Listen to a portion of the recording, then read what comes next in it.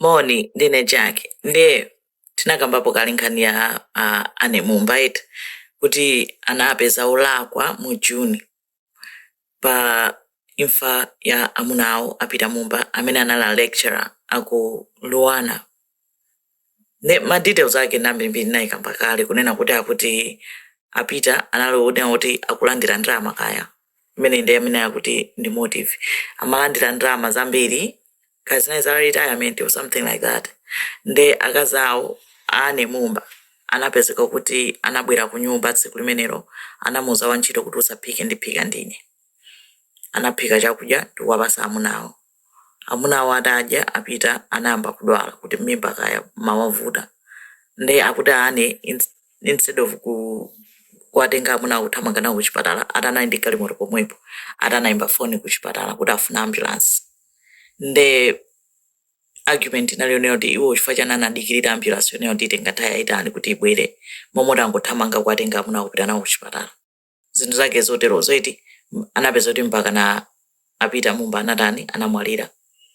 Atamwalira kumaliro anathamangira kupita kumaliro ata abale awo apita ananena kuti faiwo osamakhulupirira kuti zinthu zayenda bwinobwino.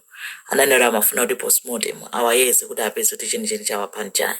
Koma ane atanakana nkupanga zoti maliro atani maliro ayikidwe msangasanga ndipo anachoka msangasanga kumudziko kunayikidwa maliroko atawafunsa mfoti atananena kuti anachoka msanga chifukwa chonena kuti achibale akuchimuna analatamba kale kuyankhula kunena kuti mwapha abale athu ndi amathawako.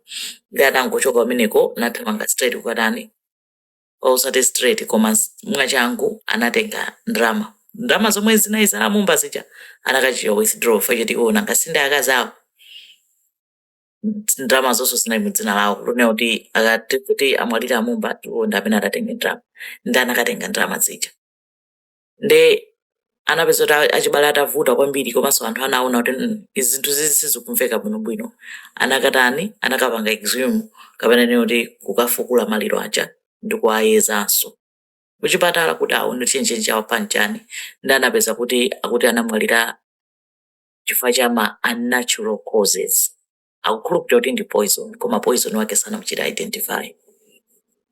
Nde anapezeka olakwa mu Juni komanso ndiphatikize kuti pali mphekesera izizi ndibe nazo umboni ndi mphekesera chabe kunena kuti ane mumbawo adakwatiwaponso kalekale poyamba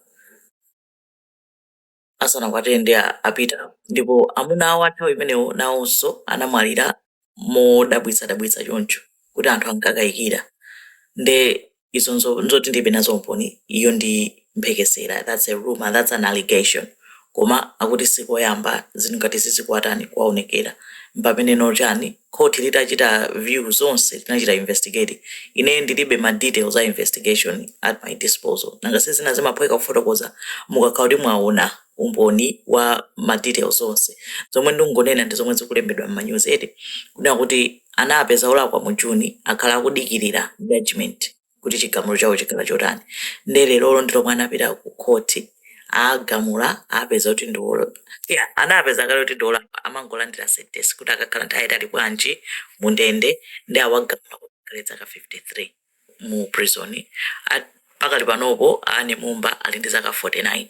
Nkhani zake ndi chimodzimodzi zomwe ndimafotokoza zimakhala true crime zomwe zimachitika m'mayiko akunja chabe kuti izi nzakwathu. Nde abale dalongo chonde ndikuziwa ane wali ndi azibale azikazeni andani muzambe nditembera ma message kuti ingosa lako akaingosa tani. I'm just repeating what has been said, the facts as they have been presented.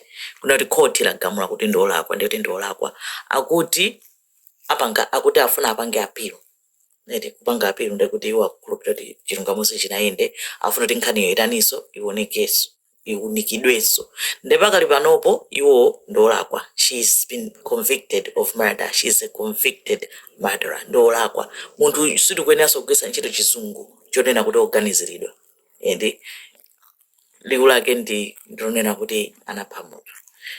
Pokhapokha apezeke kuti apanga apilu ndikuwina apiluyo conviction nkukhala kuti ayikhwacha. Nde kuti azasandukanso kuti chani azasandukano a innocent sazakhalanso kuganiziridwa kapena chani koma pakali pano ndi munthu oti anapha munthu khoti lafufuza lapeza mapeto ake ndi amenewo. Nkhani yomvetsa chisoni yosakhala bwino. Imene ndi update ya nkhani ya ane mumba. Zikomo kwambiri. Hello, Damalisa. And this is the video. I mean, we did it.